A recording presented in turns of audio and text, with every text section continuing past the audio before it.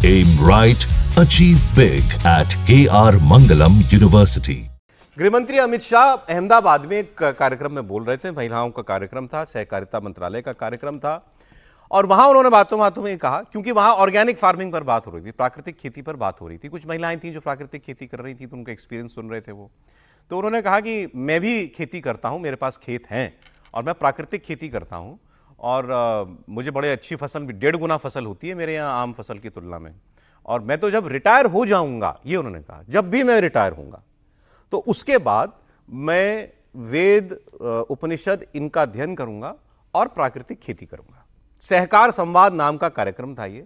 इसमें गुजरात, एमपी और राजस्थान में कोऑपरेटिव से जुड़ी ही महिलाएं थीं और उनके साथ ये संवाद चल रहा था। सवाल जवाब में महिलाओं से उन्होंने ये बातें कही। तो अब इसके बाद अचानक चर्चा चल पड़ी कि भाई ऐसा क्यों कहा गृहमंत्री जी ने, अचानक रिटायरमेंट की बात क्यों कही? तुम्हारे यहाँ तो छोटी छोटी बात को तूल मिल जाता है। तो इसका बैकग्राउंड ये था, लेकिन क्या इसमें और कुछ ज़्यादा पढ़ने की जरूरत है? क्या ये स्टेटमेंट हमारे पास है गृहमंत्री का? बयान अगर है सुना दीजिए।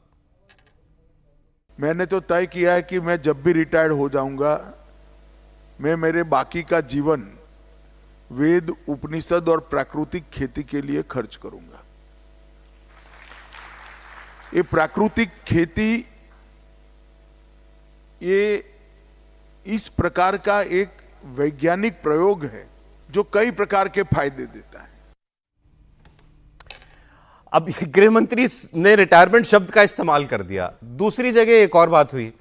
आरएसएस प्रमुख मोहन भागवत एक प्रोग्राम में बोल रहे थे और वहां उन्होंने ये कहा कि जब कोई व्यक्ति आपको आपके 75 वर्ष की आयु होने पर सम्मानित करे, गुलदस्ता दे, तो आप ये समझिए कि वो आपसे कह रहा है कि प्रभु अब आप जाओ, औरों को काम करने दो। प्रधानमंत्री मोदी और संघ प्रमुख दोनों इसी साल सितंबर में दोनों की आयु 75 वर्ष की होने जा रही है। नागपुर में प्रोग्राम था। मोहन भागवत ने कह दिया कि कोई आपको 75 साल की बधाई देता है तो मतलब अब आपको चले जाना चाहिए और दूसरे लोगों को काम करने का मौका देना चाहिए। लेकिन उद्धव गुट के सांसद हैं संजय राउत, उन्होंने इस बयान को लपक लिया और उन्होंने कहा कि ये संघ प्रमुख जो है सीधे प्रधानमंत्री को कह रहे हैं, उनको कह रहे हैं कि प्रभु आप 75 साल के होने वाले हैं और अब आप इस नियम का पालन कीजिए और आप चले जाइए, क्योंकि ये नियम तो बीजेपी ने ही लागू किया 2014 में। मुरली मनोहर जोशी, लाल कृष्ण आडवाणी, जसवंत सिंह, इन तमाम लोगों को प्रीमेच्योर रिटायरमेंट कह लीजिए ओल्ड एज होम, उसमें भेज दिया गया था। क्या नाम दिया गया था सर उसमें? मार्गदर्शक मंडल में भेज दिया गया था। अब वो खुद 75 के हो रहे हैं। सुनिए इनको। सर राजनाथ सिंह भी है उसमें मार्गदर्शक मंडल में। 75 वर्ष का आपने किया, लेकिन मैं इसका अर्थ जानता हूँ। 75 वर्ष की साल जब उड़ी जाती है तो उसका अर्थ ये होता है कि अब आपकी आयु हो गई, अब जरा बाजू हमको करने म्हणजे त्यांच्या गौरवाचा भाव मनात घेऊन सगळं होतं, त्याच्यात तो गौरव आपल्याला चिकटू नये। प्रधानमंत्री नरेंद्र मोदी जी की तरफ कुछ महीने पहले मोदी जी संघ मुख्यालय में गए थे और सरसंघ चालक से उनकी चर्चा हुई। उस चर्चा में भी यही बात निकली है कि सितंबर में प्रधानमंत्री जी को 75 साल हो रहे।